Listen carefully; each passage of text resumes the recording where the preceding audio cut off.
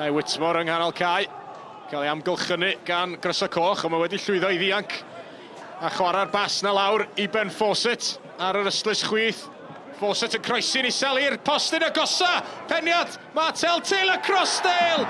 Ac ar yr ail gynnig, mae Martel Taylor-Crossdale yn canfod cefn y rwyd. Ac ar ôl i'w beniad cyntaf o gael ei arbed gan Calend Absalom. Dim cawgymeriad ar yr ail gynnig. A Brwseisi yn taro'r trawst. Cic rydd wych gan y cefnwr chwith. Wedi curo'r golwr Calend Absalom, ond heb guro'r trawst. Aaron Edwards ar gic gornel. Peniad Newell i'r canol. Ac ydy hwnna dros y linell gan Paula Mendes. Na di medda'r llifanwr, na di medda'r dyfarnwr. Y Bala'n grediniol bod nhw wedi union i'r sgôr yma na. Tyrese Owen ar peniad ymlaen i Martel Taylor-Crossdale. Ymlaen, mae Owen yn mynd. Dim ond Ben Fawcett sydd ganddo fo'n y canol, felly Owen yn mynd i hun. Ac yn ergydio ac yn taro'r postyn. Fawcett yn ar yr ail gynnig. A honna yn adlamu allan am gic gornel. A rywsyd, dydy hi ddim yn canfod y gornel bella.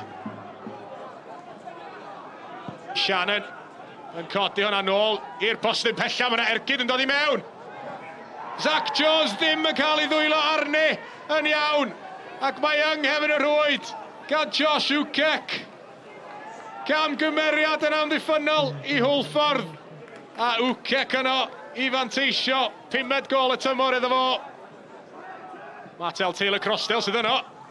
A Taylor-Crossdale methu cweit a chanfod Jacob Owen. Gwrth ymosodiad i'r Bala. Josh Ukek at Iwan Roberts. Ac Iwan Roberts yn crymanu hwnna i gornel ucha rwyd. Roberts yn ennill y gêm i'r Bala. Pas Josh Ukek iddo fo yn y cwrt Cosby. Iwan Roberts yn agor ei gorff ac yn canfod y gornel bella. Luke Tabone ar bas ymlaen.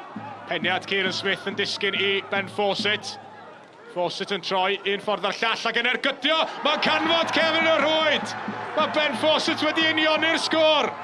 Wel, anghofiwch be nes i ddeud am y Bala'n cipio triphwynt. Achos bron yn syth, mae Hwlffordd wedi taro nôl. Mae'n gyfartal. Fydd o ddim yn ddigon i gael lle iddyn nhw yn 6 ucha'r tabl. Mae'n rhaid iddyn nhw gael un arall. Jazz Richards ymlaen i gyfeiriad Ben Fawcett. Newell at Luke Wall. Luke Wall! Mae Luke Wall wedi sgorio unwaith eto i'r Bala! Wel, am ddiweddglo i'r gêm yma. Luke Wall yn rhoi Bala 2-2 ar y blaen. Wel, siawns bod ni ddim yn mynd i gael gol arall fan hyn yn yr amser ychwanegol ar ddiwedd y gêm. Da ni wedi cael tair yn barod. Well, Tony, it was an exciting end to the game, but not quite the result you wanted. No, certainly not the result I wanted, but you know, the table doesn't lie. We bottom 6 for a reason, and today's game summed that up. Where do you think it went wrong for you then? We don't score the second goal when we're dominating games, and good teams like Bala stay in games and then take a chance when it comes, and they took their chance, and then, well, the last 15 minutes was just a car crash. Did you feel as if that second goal could have come, it would have changed the game for you really, wouldn't it? It's happened numerous times. So this season the boys have played so well. I've been so pleased with so much of the game, but then, you know, to walk away now losing the game, I just can't comprehend it, if I'm honest. Siarad ni drwy'r gol na nes ti sgorio, nes ti daro hyn dda? Dwi'n gwybod, we ddim yn gwybod if to hit it or not. I didn't know if to hit it or not, but luckily it didn't come off my shin and it come off my boot and it went in the top hand corner.